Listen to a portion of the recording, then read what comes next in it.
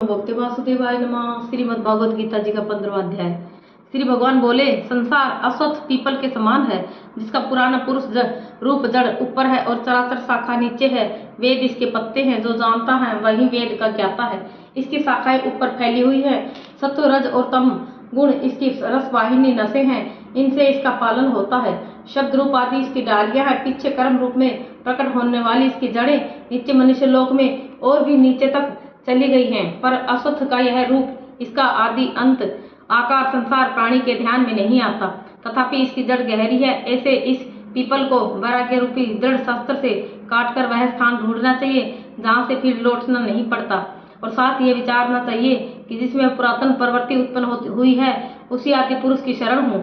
अहंकार और मोह रहित संग दोष को जीतने वाले, आत्मज्ञान से निरत, सब कामनाओं से दूर, सुख दुख नामक द्वंद्व पदार्थों से मुक्त, ऐसे ज्ञानी पुरुष शाश्वत पद को पाते हैं, जिसे सूर्य चंद्रमा या अग्नि प्रकाशित नहीं करते। वही मेरा परम धाम है, वहां जाकर लौटना नहीं होता। मेरा सनातन अंश इस जीवलोक का रूप धरकर प्रकृति में स्थिर पांचों इंद्रियों और छठे मन को उसे छुड़ाता है। जैसे वायु पुष्पादिकों की गंध को दूसरे स्थान में ले जाता है, उसी प्रकार यह देह स्वामी शरीर धारण करने के बाद जब इसका परित्याग करता है, तब इंद्रियों और मन को साथ ले जाता है। कान, आंख, चर्म, जीभ, नाक और मन का आश्रय लेकर वह जीव विषयों का भोग करता है।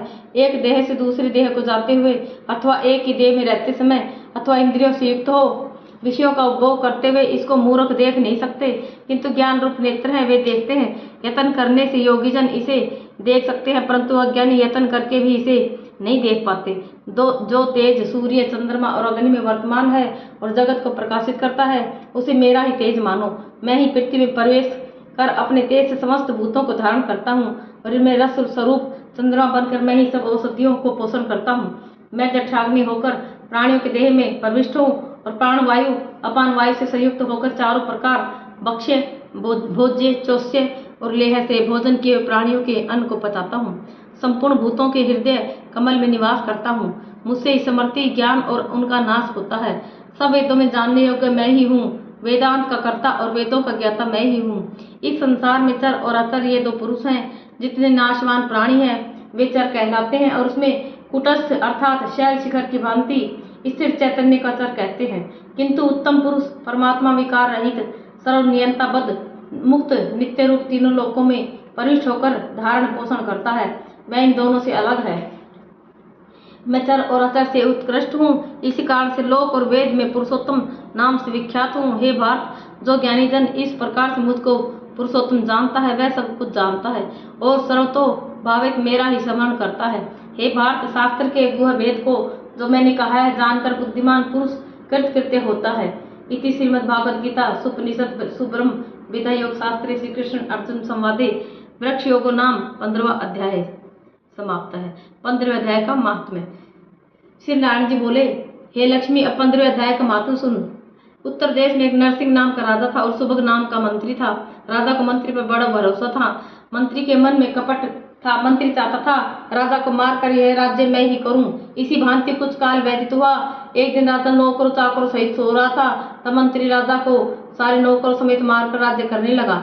राज्य करते समय बहुत समय व्यतीत हुआ। एक दिन वह भी मर गया। यमराज के पास दूत बांध कर ले गए।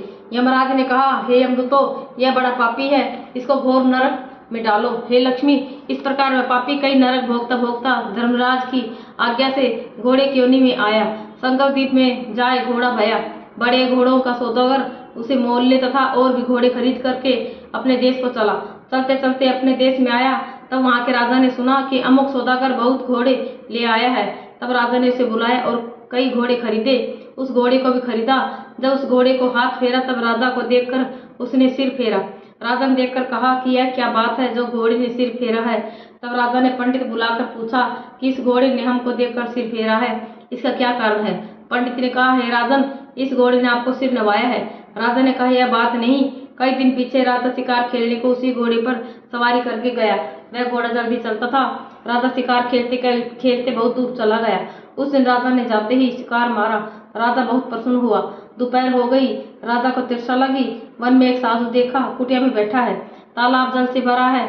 वहां राजा उतरा, घोड़ा वृक्ष से बांधकर कुटिया में गया। देखा तो साधु अपने पुत्र को गीता के 15वें अध्याय का पाठ सिखा रहा है। वृक्ष के पत्ते पर श्लोक लिख दिया। बालक को कहा, खेलते फिरो और इसको कंठ भी करो। जिस वृक्ष से राजा ने घोड़ा बांधा था उसी वृक्ष के पत्ते पर श्री गीता जी का श्लोक लिखा था। वह बालक पत्ता लेकर खेले भी और पढ़े भी। उस पत्ते को घोड़े ने देखा, तत्काल उसकी देह छूटी, देव दे ही पाई। स्वर्ग से विमान आए जिस पर बैठकर बैकुंठ को चला। इतने में राजा पानी पीकर बाहर आया, देखा तो घोड़ा मरा पड़ा है। राजा से चिंतावान होकर बोला, यह घोड़ा किसने मारा, इसे क्या हुआ? इतने में वह बोला, हे राजन, तेरे घोड़े का चैतन्य मैं हूँ।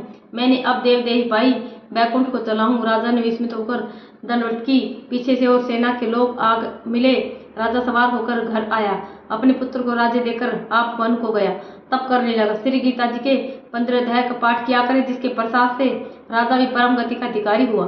श्री नारायण बोले, हे लक्ष्मी, 15वें अध्याय का यह महात्म्य मैंने तुमको सुनाया है। ओम नमो भगवते वासुदेवाय।